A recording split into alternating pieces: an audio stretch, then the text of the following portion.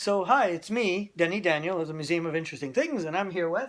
Kit Krash. Yes, and if you don't know Kit, then you need to know Kit, because Kit does some very cool stuff. He has an amazing podcast called... The Spellcast. The Spellcast. So look up the Spellcast and check it out, because his stuff is really cool, and we actually did an episode today. Yes. So that's why he is here today, because he actually interviewed me, and we did one episode. So soon you'll see me on the episode. And he's also helping us with the speakeasy a lot. He's often the door guy. So that's the guy to schmooze with, if you want to get in. He's the gatekeeper. But at any rate, now he's going to open up. I think this is the first time you're doing this. Yeah, this is the first time. I haven't done this before. That's so cool, because Right? he's like at the door, but he's never at the door and then through the door. No. He never makes it past the door. I never make it past the door. No. He stays at the door. Yeah. He's so tough he doesn't let himself in. No. I can't believe this is your first box opening.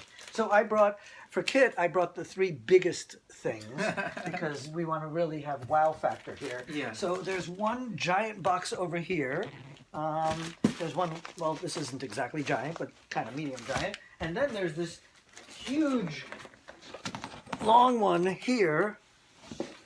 I think this one is interesting to me. They're all interesting. They're all interesting. They should hopefully be all interesting. Otherwise, I wasted my time. Right. So what I like to do, Kid, is I like to do this like a 42nd Street shell game, where they had three shells, mixed them up, and you have to guess which one had the quarter. The only difference here is I don't have three shells. There isn't a quarter under my boxes, and you win nothing. So ethically, it is like a New York shell game. It is, yeah. But the similarity is I do mix them up. Usually I throw them in the person's lap. Ugh! So I'm going to try. There we go. This is me mixing them up in your lap. Oh, are you confused, Kit? I am very confused. Excellent, good, because if you weren't, I'd have to do that until it crushed you. All right, so you can open your eyes, and then, so there are three boxes here. Which one do you want to open? That one. That's the one you were gravitating towards anyway. Yeah. Okay, so there's your scalpel. Well, it has a bravado to it. It has some bravado. Does it? I don't know. How do you want to open this? From the side or from the top? Right. Let's take the label off. Okay. We'll keep that. Just try not to cut me or yourself. Okay. Or the cat.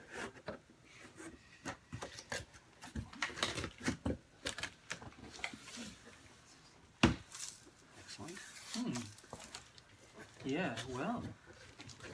What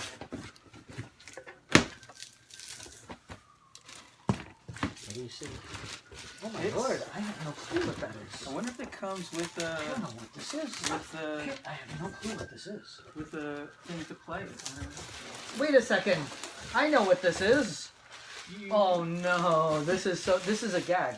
This is for your friend. My friend? Yeah. I have a friend? You have one friend. You have exactly one friend, and her name is Leia.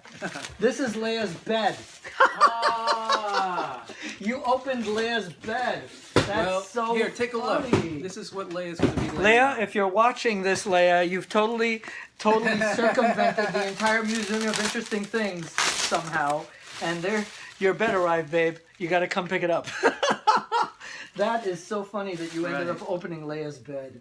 Well, the coincidence here is the fact that Leia's Kit's friend, and weren't you the one who brought her? Right, I introduced me to Leia. Yeah. So the funny thing is that out of the three boxes you picked the box that belongs to her. She wanted to order a bed frame. And she didn't, because I have a doorman building, and in her place, she was afraid it would get lost or left on the street. So she asked me if I could have it she could have it delivered to my apartment, and I said yes. Now I thought I bought this box of pet rocks from the 80s, and I thought it was that stacked up in the middle. So when you opened it, I see this metal, and I'm like, what is this? So the funny thing is that you introduced me to Leia, and her package you opened. See, do you know what I thought it was? I thought it was going to be a trombone. Honestly. That's what I thought. That's funny. I also thought it was a trombone. And I thought, I didn't order a trombone, so someone donated a trombone? Right. Like who? Benny Goodman or something? The drummer? He was like, well, I don't need this. I'm a drummer. Okay, so Leia, come pick up your package. So you still have two more to open. Beautiful. So we're going to give you get to open two packages. It's like a story here. So funny. You're in between these stories. Is that the one you're going for? I'm going for this one because it's, it has a nice... Okay. You know, Feel to it. feel to it. Nobody It's wants nice. to open this one. But that's okay. People You're are meant to scared open the of one that. that I know that's intimidating. With all the frames It's are all- fragile. Yeah, it's fragile. One day I'm just gonna give people one choice. You open this box or you open nothing. Right. Hold it. You almost did stab me. That is so funny. The coincidence of you opening up this package. Okay. And she's laughing now. We're all laughing. We're all laughing together. We're all very funny people. You're gonna laugh You at this included, too. because you're watching this. This is also a massive coincidence. You know what? This is something that I have a few of myself. Really? Yeah. Looks like even one of mine actually could be mine. Yes, but I've been to your it's a house. Cry Baby. That is a Cry Baby WahWah pedal. Yeah, this is a Cry Baby. Yeah, these are good. They best go WahWah pedal. wah, wah, For the guitar. Right. Yeah. So this is, I've had these ever since I was a little boy. Mm-hmm. I kind of doing both, adding it to the museum and adding it to my thing that I'm going to play in January. In January, I actually play a song. But the funny coincidence is you being a musician and your band and everything, and then you open up the WahWah pedal, which is one of the only musical items that I've bought in a long time. So this is so funny. So this is... The thing about me great. is when I first got I got a WahWah pedal, but originally it had to do with you know, David Bowie's guitarist. Adrian Ballou. No, not that one. The early guy, the Ziggy guy, the Ziggy guy, Mark. Oh wow. Yeah. Mark, why am I forgetting now? I know this name so well. He was one of my favorite guitarists growing up. But he, you know, the guy, Mick Ronson. Sorry, Mick. Sorry, Mick's family. Yeah. But I'm a huge fan of Mick Ronson, so wow. it's just I'm stupid. And that's how you ended up getting... I got one because he used it. I loved the way his guitar sounded, and what I read in some article is that it's the way he does it is he ran his Les Paul through WahWah and used the WahWah as a tone control. Oh my God, does he? Because I do that. And I never knew Mick did that. So when I read use that, it as a tone that's and put when it all I got the way down. WahWah. Because I was like, I need a tone control that is, you know, because the tone control in the guitars are not that good. It gives it this raunchy... Yeah. And Fender you go Strat here and it's a little sound. nasally, and you go here, it's nice and deep. And so you I'll get it change here, the tone with the wah. And it's a good way. So when you want a real good bass sound. Yeah, and you can get it right in the mix. You know, you get your sound right in the right place in the mix. And it's just so, it's just a beautiful way to kind of like get your guitar resonating in a nice way. God, that's so funny that you do the same thing I do. Yeah, I do the same thing. I usually have it, I'm kind of, sometimes I'm very extreme, most of the time.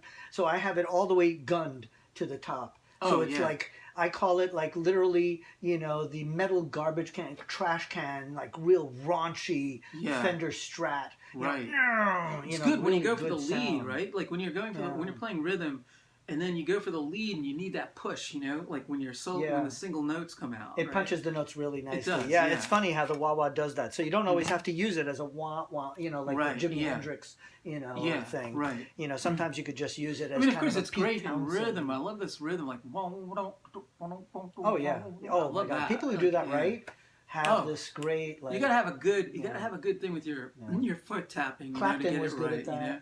Yeah. Clapton is good at that. Yeah. Hendrix was always very good at that. He was known for really doing a good job of that. I'm not sure about Pete Townsend. Yeah. If he uses wahs as much, but I never knew anyone else that used it as a tone device. Oh, That's so cool, and I never would have thought the guy. And actually, the filmmaker of Ziggy, Pennebacker, I got to meet. And did a short interview. My boss did a massive interview of him. Yeah. But he's amazing, such a brilliant guy. And and I believe he did the video for Ziggy. Because I remember being in his house. I've seen it. I've been in his house, and I remember literally eating my lunch on a metal can. And when I picked it up, it said Ziggy Stardust. I'm like, oh my God, I'm eating lunch on the raw. Well, I've always Ziggy been wondering Stardust about 35. why they cut the Jeff Beck part out of I'll the ask film. him. No, but I think I've asked somebody. I asked somebody who's I know part of that entourage. I think Tony Zenyatta or someone, because he was their road manager, and so I asked him, and he said that the reason is because of Jeff Beck's shoes. Really? Or something. His shoes.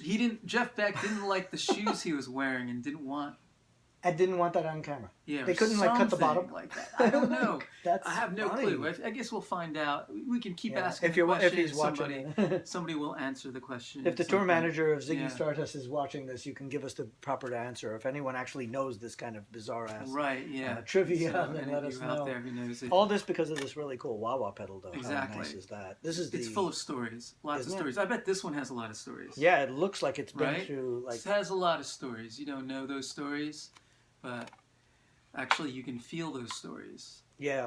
You can feel it Yeah. with your own foot. Yeah, I really wanted one that Your kind of foot- had some history to it. Yeah, you know, your like foot older. I didn't want to buy a new one. talking Yeah. with a wah-wah. Yeah, so this is part of the museum now and Yeah. part of my show. So in Right. January, for my birthday, I usually play 2 songs at the Speakeasy. So your brothers have heard me play, but not you. So Not you'll have yet, to come no, by to yeah. that, and I'll play 2 Yeah. songs for you. Right.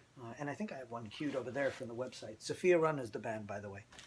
Okay, so that's Kit Krash, who is amazing, and it's so funny that you opened up the 2 items that were meant for you to open. Yeah, that's what life is. Yep. Life gives you what You know, It what you dishes put out. out. Yeah, or what you put out. You Yeah. put it out. It dishes it and back. then it brings back. Bye, Instant everyone. karma. Bye. Is going to get you.